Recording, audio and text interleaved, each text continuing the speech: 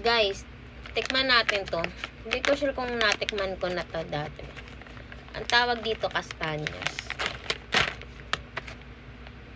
Oo, nakatikim na ako nito sa amay pa. Ay, nahulog pa. So, ayan siya guys. Marami siyang laman. Ayan siya. Nakatikim na ako nito. Naaamoy ko pa lang. Parang siyang kamote. Na? Hindi man na kailangan siyang balatan kasi balat na siya.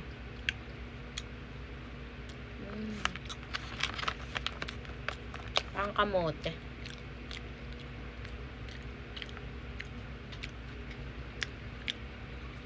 Mura lang to guys. Sa grocery store to, sa labas, 100 plus to. Pero dyan guys, mabibili nyo lang siya ng 80 plus.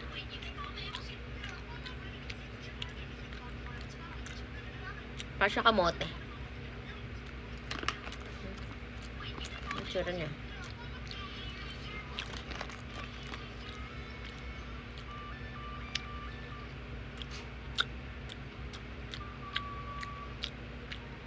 Nakatigam lang ako na ito. Lalagay ko sa yellow basket kung saan nyo ito mabibili.